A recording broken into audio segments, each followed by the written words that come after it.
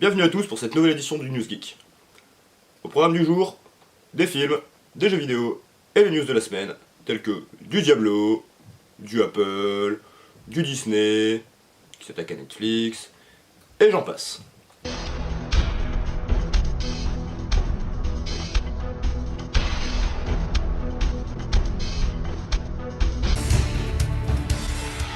Commençons donc par un documentaire. Alors oui, je sais, vous allez me dire, c'est un documentaire, ce n'est pas un film, mais si quand même. Arrêtez vos jérémiades, ça c'est quand même un film. C'est un docu-film. Oui, ça existe, complètement. Alors c'est un documentaire qui s'appellera Whitney, et qui, comme du coup vous vous en douterez, se basera sur la vie de Whitney Houston. Alors je trouve que c'est important de mentionner quand même ce nouveau documentaire, de Kevin McDonald, à pas confondre avec Ronald McDonald, lui il vend des burgers. Clairement ce docu, il concerne quand même une personne importante dans la culture musicale et cinématographique. Puisque Whitney Houston c'est quand même 6 Grammy Awards, 170 millions de disques vendus, un rôle excellent dans Bodyguard de Kevin Costner, ou sur Les Hommes de Forest Whitaker. Alors vraiment cette femme c'était une grande dame, et derrière sa carrière il y avait une femme, comme vous, comme moi, bon je suis pas une femme mais voilà, et je pense que c'est important de découvrir un petit peu ce qu'elle était réellement derrière ce qu'on voit d'elle. Poursuivons avec le film Photo de famille, réalisé par Cécilia Rouault. Alors Photo de famille, c'est une petite comédie française. Je vous vois venir aussi là, c'est oui, toutes les comédies françaises ne sont pas nulles à chier. Et celle-ci, c'est pas qu'une comédie simple, c'est une comédie tragique. Alors oui, ça fait rire, et oui, ça fait pleurer. C'est le principe. Pour ça, c'est cool comme concept. Du coup, dans ce film, il y a entre autres Vanessa Paradis, Jean-Pierre Bacry, qui sont relativement connus. Il y a aussi Chantal Lobby, qui est quand même pas mal assez connue aussi. Et du coup, ce film, il va raconter l'histoire d'une famille brisée. Que Gabrielle, l'une des filles, est statue, touriste. En gros, c'est, vous savez, c'est les gens qui sont comme ça dans la rue, ils bougent plus, ils bougent vraiment pas, voilà. Donc du coup, elle fait ça aux grandes dames de son fils ado. Elsa, la deuxième fille, elle est en colère contre la terre entière, elle est désespérée de tomber enceinte. Parce que voilà quoi, elle n'y arrive pas. Ça arrive à tout le monde, vous me direz. Et Mao, le dernier de la fratrie, donc le fils, lui il est game designer, chroniquement dépressif, et il noie sa mélancolie dans l'alcool et la psychanalyse. Voilà, elle est belle cette famille, franchement. Moi je la trouve vraiment très bien cette famille, c'est vraiment la famille typique, bravo. Et donc du coup cette petite famille, il va leur arriver une petite couille, le décès du grand-père, qui va donc les forcer à se revoir tous, parce qu'en gros ils savent limite pas tous pas se saquer. Et clairement il y a une question qui va se poser, qu'est-ce qu'on fait de la grand-mère? Et donc du coup tout le film tourne autour de ça. Donc, ça peut être sympa à voir. Genre de se vider le crâne. Bon, ça reste une comédie française, donc ça reste sympa pour se vider le crâne, c'est absolument pas sérieux. Mais ça peut être sympa quand même, à voir. Je vais donc passer maintenant au film qui sera pour moi le film de la semaine. Mais genre, vraiment. Nominé la Semaine internationale de la critique 2018 et élu premier prix Jean Vigo, en 2018 aussi. Voici Scheherazade. Alors clairement, non, rien à voir avec le conte de fées, mais alors clairement pas, là les mille et une nuits vous les oubliez complètement.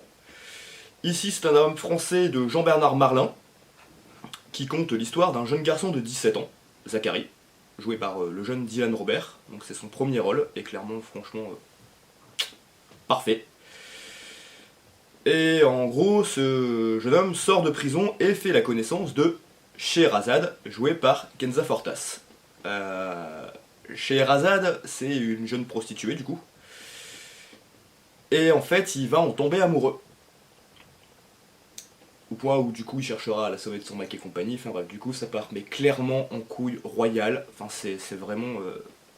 Franchement, juste le trailer en fait m'a vraiment bien attiré dans ce film. Et je pense vraiment que ce sera vraiment le film de la semaine. Donc ouais franchement, moi je vous conseille d'aller le voir. Et une fois que vous l'aurez vu, ben écoutez, j'attends vos avis et vos critiques. Voilà. Poursuivons avec un thriller. Un thriller du réalisateur Kiyoshi Kurosawa sur un scénario de Hiroshi Takahashi qui nous a délivré un excellent The Ring par le passé. Ce nouveau film qui s'appelle Invasion vous transporte dans un monde où en fait certaines personnes cessent d'avoir des émotions. Qu'en fait du jour au lendemain ça devient limite des robots. Mais pas tous. Et au milieu de tout ça, ben, y a une nana qui va voir le monde se dégrader et je vous laisse découvrir la suite. Parce que voilà.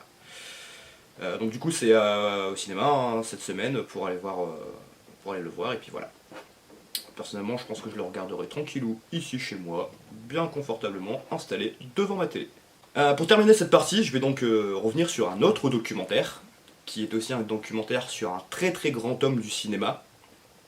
Ce documentaire va s'appeler À la recherche de Ingmar Bergman.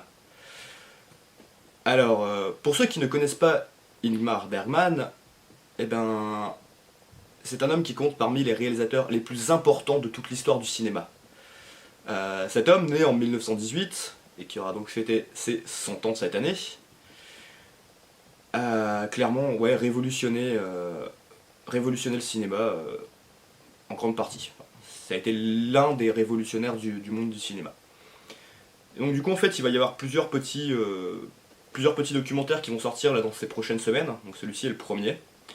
Celui-ci a été fait par Margaret von Trotta, qui du coup va vous faire découvrir, ou redécouvrir pour ceux qui le connaissent déjà, hein, l'héritage de ce maître du cinéma clairement.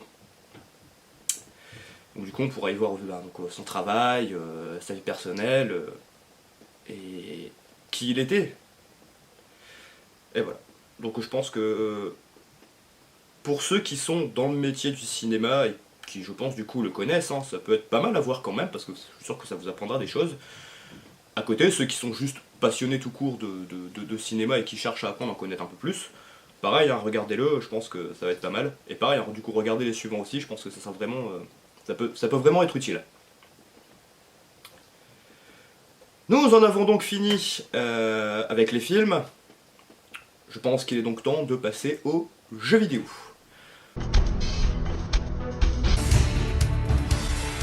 Alors jeux vidéo, il y en a quelques-uns cette semaine, hein. De mémoire il doit y en avoir un peu moins que la semaine dernière, mais bon. Commençons avec Dragon Quest 11, les combattants de la destinée, qui sortira sur PC, PS4 et Switch. Bon, franchement, Dragon Quest. Il y a vraiment besoin que j'en présente un peu plus? Non. Du coup, passons au suivant. Ah oui, il sort le 4 septembre celui-là. Passons donc à Planet Alpha, qui sortira sur PC, PS4, One et Switch le 4 septembre. Bon, alors clairement, ce jeu, ça va pas être le plus oufissime de l'année. Enfin, genre vraiment... Enfin, voilà, qu'on se mette bien d'accord. C'est un jeu qui mélange aventure, puzzle, plateforme, et qui vous emmène sur une espèce de planète complètement chelou, et pas très très accueillante non plus. Donc bon. Il y a des paysages quand même relativement sympathiques. Du coup, bah, on verra bien, hein, c'est à tester, mais bon, franchement, pour l'instant, ça n'a pas l'air vraiment très très très convaincant. Destiny 2 Renégat, licence qu'on ne présentera plus. Ça sera la nouvelle extension, troisième du titre pour ce jeu, qui sort donc le 4 septembre. Hein, voilà. Apparaître donc le 7 septembre. Spider-Man, édité par Insomniac Games et grosse exclusivité de Sony pour cette année, qui nous entraîne à nouveau dans les rues de Manhattan avec notre homme araignée favori. Au programme, des bastons, et ben encore des bastons. Voilà à quoi ça se résume. Bon, on n'oublie pas quand même le fait que ce jeu est complètement en open world. Clairement, ça c'est... je crois que c'est ça qui va le plus déglinguer enfin, dans tout ce jeu. Du coup, vous allez pouvoir vous amuser à vous balader de building en building à partir du 7 septembre. SNK Heroine Tag Team Frenzy, développé par... SNK. C'est contenu dans le titre, voyons. Vous suivez rien. Donc ce sera disponible sur Switch et PS4. Ce petit jeu de baston en 2v2 au casting uniquement féminin des anciens de King of Fighters. Et de même de Terry Bogard qui sera en Nana. Sortira donc le 7 septembre sur Switch et PS4. Voilà. Premier rendez-vous annuel des fans de basket. NBA Live 2019. Ça sort le 7 septembre. Sur toutes les consoles du coup. Comme d'hab quoi. Immortal Unchained du studio Toadman Interactive. Qui nous transporte dans un FPS de qualité. Et que je pourrais même qualifier de hardcore. Très clairement, si vous sortez de Call of Duty et que vous partez sur ce jeu, c'est comme si vous passiez du premier niveau de Mario à Dark Souls. En gros, je trouve que c'est un bon comparatif. Voilà. Clairement, je pense que ça va être, vu qu'on parle de Dark Souls, je pense que c'est clairement... il va peut-être pas le détrôner, mais je pense qu'on peut le classer à peu près au même niveau. Pas le même style de jeu, puisque là c'est un FPS, mais je pense qu'au niveau difficulté, on pourra le classer à peu près au même niveau. On verra bien. Les deux nouveaux Yokai Watch qui sortent en version peloton de charge et l'escadron du chien blanc. Voilà. Bon, clairement, rien que les noms, j'ai peut-être perdu mon âme d'enfant, même si je continue de jouer à Pokémon. Mais Yokai Watch, vraiment, c'est un truc qui m'a jamais vraiment intéressé. Enfin, j'arrive pas à y trouver un intérêt en fait. Enfin, autant j'arrive à trouver un côté attachant à Pokémon et j'y arrive toujours.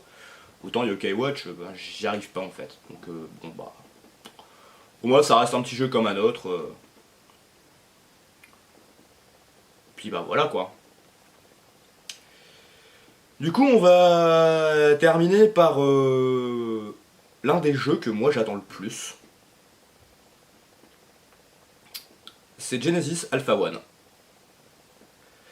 Que vous allez pouvoir retrouver sur PC, PS4 et Xbox One. Pourquoi je l'attends? Alors déjà, c'est édité par Team 17. Team 17 qui éditait à l'époque nos chers amis les Worms. Et qui là, du coup, change complètement de côté pour faire un roguelike FPS. Mais pas seulement. En gros, ce jeu promet carrément d'être mais hallucinant. Alors, ok, c'est un roguelike FPS, d'accord. Mais entre la construction de votre vaisseau, le clonage qui va vous permettre de respawner quand vous êtes mort, et le combat spatial ou sur une planète, clairement, on tourne vraiment à la limite entre un Minecraft et un Call of. Enfin, genre, mais complètement. Du coup, ça sera à tester de toute urgence le 4 septembre. Et vous allez pouvoir l'acheter chez Amazon ou chez Fnac au prix de 40 €. Nous allons pouvoir poursuivre avec les news de la semaine. Et on va commencer avec une première rumeur. Rumeur qui concerne Diablo. A priori, il y aurait le site Revenge of the Fan qui a sorti donc cette petite rumeur qui fait dire que Diablo terminerait au format série sur Netflix. Voilà. Alors dit comme ça, clairement oui, ça pique un peu quand on voit ce que Netflix sait faire. Bon là a priori ça serait fait par Andrew Cosby, qui à l'époque avait fait le remake de Hellboy. Donc on pourrait se dire, ok, pourquoi pas. Mais clairement à voir. Bon après, ça reste qu'une rumeur. Hein. Blizzard n'a encore rien dit là-dessus, ça ne reste absolument qu'une rumeur, donc c'est pour l'instant à prendre avec des pincettes. Et donc il va falloir attendre le 2 ou le 3 novembre pour que Blizzard nous dise quelque chose là-dessus ou pas en fait. Voilà. Passons à un cas de violence scolaire. Alors des cas de violence scolaire, on en a tous connus, que ce soit en tant que victime, en tant qu'agresseur, ou même en tant que simple témoin. Hein. On en a vraiment tous connu. Bah là l'histoire elle est assez simple, c'est le petit Hayden Vasquez, un petit Californien de 10 ans, qui en fait s'est fait démonter la gueule et qui s'est retrouvé à l'hôpital pour recevoir des points de suture au niveau de l'arcade sourcilière. Dans l'histoire, vous me direz, mais pourquoi cette nouvelle? Ça n'a rien à faire là-dedans. Eh bien, c'est là que vous vous trompez. En fait, ce jeune gamin, quand sa mère lui a demandé « Mais pourquoi tu t'es pas défendu ?» Eh bien, le gamin lui a simplement répondu « Parce que ce n'est pas la voie du Jedi. » Alors, ça a créé une tollée sur tout le web, et c'est même remonté jusque Mark Hamill. Eh ouais, clairement. Du coup, le mec, il a carrément tweeté un petit message pour le petit Hayden. Petit message qui dit ceci. Bravo à Hayden Vasquez pour son courage et sa sagesse face à l'adversité. Je suis très fier de toi, tu as prouvé que l'on peut être un Jedi dans la vraie vie. Félicitations Hayden, la force est avec toi, pour toujours, ton fan, Mark Hamill. Moi je dis franchement, GG. Maintenant il n'y a plus qu'à espérer une chose, c'est que ce jeune garçon, il passe pas du côté obscur de la force.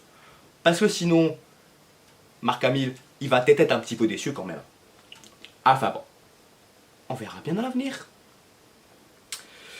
Pour rester dans le thème Star Wars, il y a une nouvelle assez étonnante qui est apparue là ces derniers jours. Pas étonnante, non, pas vraiment à vrai dire, mais bon. En début de semaine, Dominique Monaghan avait été annoncé au casting de Star Wars épisode 9, donc le dernier, voilà, qui est actuellement en cours de tournage. En cours de conception, pardon. Il n'est pas encore en cours de tournage, c'est en cours de conception. Et ben, un autre nom est venu s'ajouter à la liste. Et ce nom, c'est celle d'un ancien docteur.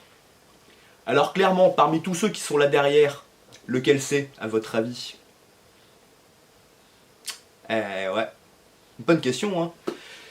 Eh ben, pour ceux qui ont répondu le 11e, félicitations, vous avez gagné. Eh oui, parce que parmi toutes ces têtes, eh ben, celle qui a remporté le petit lot, c'est Matt Smith. Matt Smith qui aura donc un rôle dans Star Wars épisode 9. Voilà. Donc ce mec rentre donc chez Disney, après avoir fait le docteur, il devient donc un Jedi ou un mercenaire, ou on sait pas encore. On sait pas s'il sera du côté clair de la force ou du côté obscur de la force. J'aimerais bien qu'il soit du côté obscur, personnellement. Je vais vous laisser un petit sondage pour me dire vers quel côté en fait vous aimeriez bien le voir. Côté clair, côté obscur, en Jedi, en Sith. Moi franchement j'aimerais bien le voir en Sith. Ça pourrait être cool quand même. Rien que son rôle dans Terminator, moi j'avais bien aimé. Je trouve que franchement ce mec est vraiment un très très bon acteur. Enfin bref. Du coup pour rester du côté de chez Disney, bah... il y a une nouvelle intéressante. Enfin intéressante oui et non.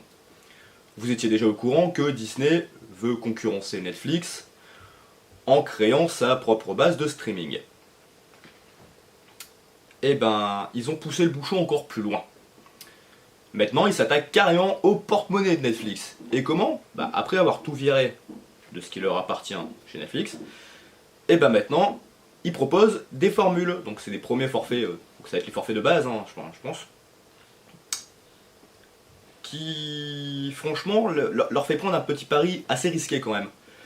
Parce que là où Netflix coûte entre 9 et 14 dollars, bah, le Disney Play, lui, il ne coûtera qu'entre 6 et 8 dollars. Vous voyez un petit peu la différence? Alors clairement, oui, ça coûte beaucoup moins cher, certes, mais le catalogue, il est beaucoup plus petit. Ok, ils ont les Marvel, d'accord. Ils ont Star Wars, ok. Ils ont toute la Fox, passe encore. Ils ont leur propre catalogue Disney. Jusque-là, il n'y a pas de souci. Mais mine de rien, le catalogue reste quand même beaucoup moins fourni que chez Netflix. Alors l'un dans l'autre, vers qui vaut-il mieux se tourner? Netflix ou Disney? Ou pourquoi pas, avoir les deux? Dites-moi en commentaire ce que vous en pensez d'ailleurs, ça m'intéresserait bien de savoir ce que vous en pensez par rapport à ça. Et donc du coup, quand même, ce pari est quand même vachement risqué. Parce que pour pouvoir retomber correctement sur leur pattes et faire un minimum de rentabilité, avec des forfaits à 6 dollars par mois, il leur faudrait 40 000 abonnés, 40 millions d'abonnés sur un an. 40 millions, c'est le nombre d'abonnés que Netflix il a eu en 7 ans. Vous voyez un petit peu l'erreur quelque part? On verra bien ce qu'ils feront, mais voilà. Pour après, de manière, même s'ils se plantent, c'est pas comme s'ils n'avaient pas de l'argent à revendre derrière. Bref, passons à une autre grande firme, Apple. Alors qu'est-ce qu'ils ont encore foutu chez Apple, hein? Qu'est-ce que cette belle petite pomme elle a encore fait? Eh ben, Apple a commandé 10 épisodes d'une série qui sera l'adaptation des romans Fondation du célèbre écrivain Isaac Asimov. Ouais. Alors clairement, 10 épisodes, d'accord. J'espère franchement que ce sera qu'une saison et que c'est pas l'ensemble des bouquins. Parce que si c'est l'ensemble des bouquins Fondation, clairement moi je regarde même pas. Hein. C'est mort de chez mort. Ils détruisent pas une œuvre comme ça gratuitement, c'est même pas la peine. Par contre effectivement, si c'est qu'une saison et qui en plus ne reprend pas un bouquin complet, pas de problème, je vais être le premier devant mon écran à regarder. Alors là, y a pas de souci. Isaac Asimov c'est franchement l'un des plus grands auteurs de science-fiction que je connaisse. C'est même grâce à lui en fait qu'on a les 3 lois de la robotique aujourd'hui. Hein. Si vous avez déjà vu le film iRobot, les 3 lois qui sont au tout début, c'est lui. Hein. Ça vient d'un écrivain. C'était pas un scientifique le mec, non, c'était un simple écrivain. Et il était tellement visionnaire que on se sert encore de ses écrits, qui sont fictifs à l'heure actuelle, dans la réalité. Moi je trouve ça vraiment génial. Donc du coup, pour rester un petit peu dans le domaine du futur, on va parler de la fin d'un règne. Orange a annoncé il y a quelques jours la fin du téléphone fixe pour cette année. Donc en fait, là, fin 2018, le téléphone fixe n'existe plus. Alors, je vous vois venir, calmez-vous, c'est le téléphone fixe tel que nos parents et nos arrière-grands-parents l'ont connu, ou même les plus vieux d'entre nous. Enfin, personnellement, moi je l'ai connu à cette époque-là. J'ai connu l'arrivée de l'Internet et voilà. Oui, je suis vieux, et en fait non, je suis pas si vieux que ça. Non, je ne suis pas vieux. Voilà, c'est dit. J'ai 26 ans, je ne suis pas vieux. Mais j'ai quand même connu le téléphone directement branché sur ma petite prise téléphonique. Donc en gros, oui, le téléphone fixe existera toujours, mais sous forme d'Internet. C'est-à-dire que tout passera par l'Internet, tout passera par le numérique. Donc le téléphone analogique, lui, n'existera plus. Alors, pour ceux qui sont encore à l'analogique, je pense que vous êtes clairement pas nombreux, et si vous y êtes, je pense que vous verrez même pas cette vidéo, mais si vous qui regardez cette vidéo connaissez quelqu'un, il n'y a pas de souci à se faire. Mais vraiment, faut vraiment pas s'inquiéter. Orange il annonce ça pour maintenant, d'accord, mais c'est pour les nouveaux clients qui viendraient pour demander à ouvrir juste une ligne fixe. Du coup là ils leur proposeront de prendre Internet. Pour ceux qui sont déjà clients, mais qui n'ont pas encore Internet et qui sont encore clients analogiques, pour eux c'est pas grave, ils ont encore jusqu'à 2035. Enfin non, ils ont encore 5 ans en vérité, et les fils de cuivre seront retirés en 2035. Enfin, ça sera retiré au fur et à mesure pour qu'il n'y en ait plus en 2035. Bon, voilà.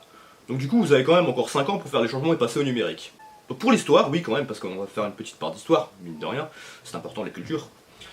L'histoire du réseau téléphonique, c'est que ça a été créé au 19e siècle par Alexander Graham Bell, qui a créé ce système en fait pour faire partager les pièces de théâtre. Alors oui, du coup, c'était uniquement à l'écoute, mais au moins on pouvait l'entendre à distance. Moi je trouve ça cool.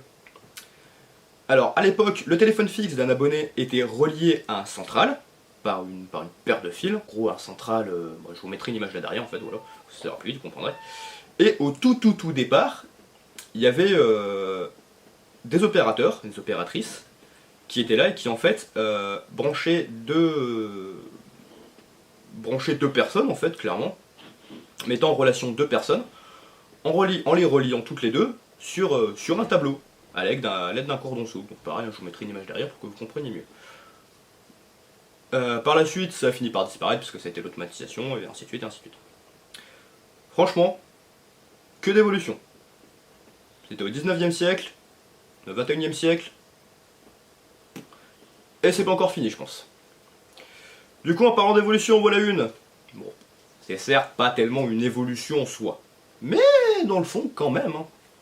Lego, pour faire la promo de sa gamme, on va dire, ouais, gamme Lego Technique, eh ben, ils ont fait un petit pari.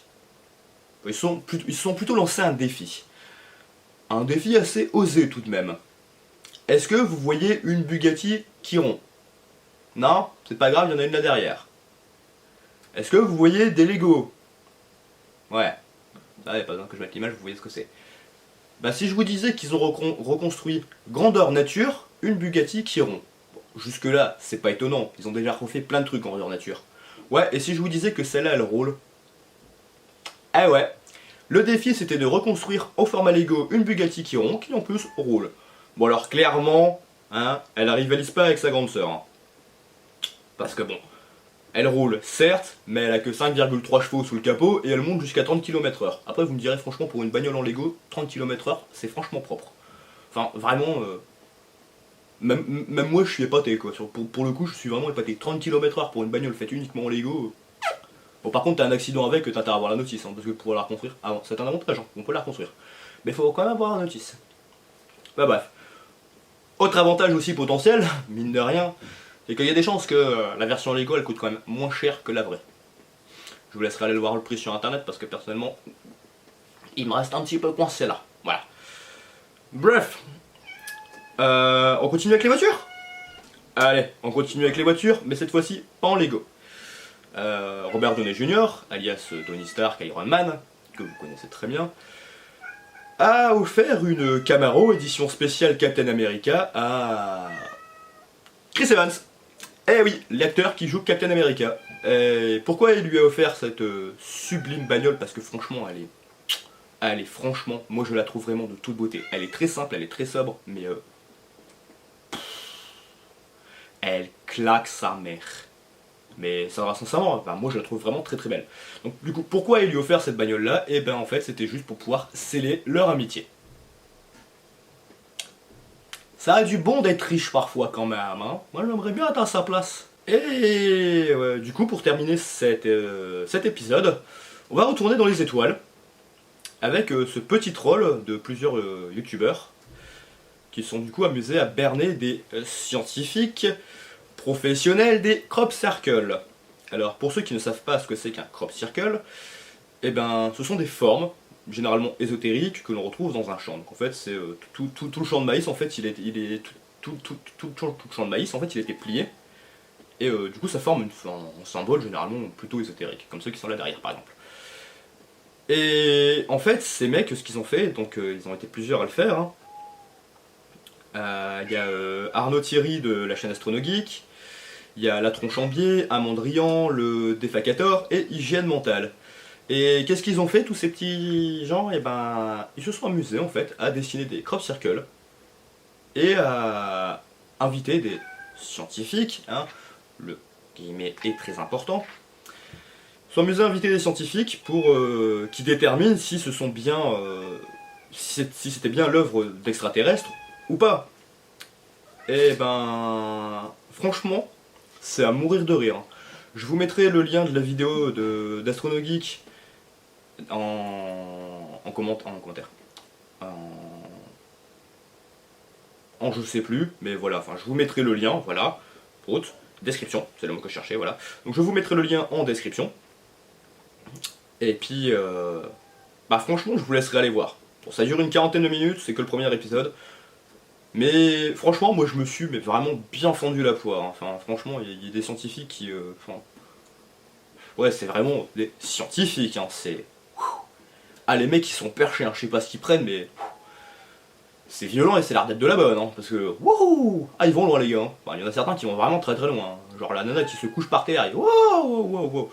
Bref, je vous laisserai la regarder, je vous spoil pas, mais franchement, c'est à mourir de rire. Voilà. Et du coup, c'est donc la fin de cet épisode. Je vous laisse donc vous abonner si c'est pas déjà fait. Je vous laisse liker la vidéo. M'amusez-vous à marteler ce petit pouce bleu. Je vous laisse également commenter sur ce que vous avez envie, parce que le but c'est aussi de débattre. C'est important de débattre. Et puis, n'oubliez pas non plus de partager la vidéo pour que les gens soient au courant de tout ce qui sort cette semaine et des nouvelles. Et puis, à dimanche prochain. Tchuss tout le monde.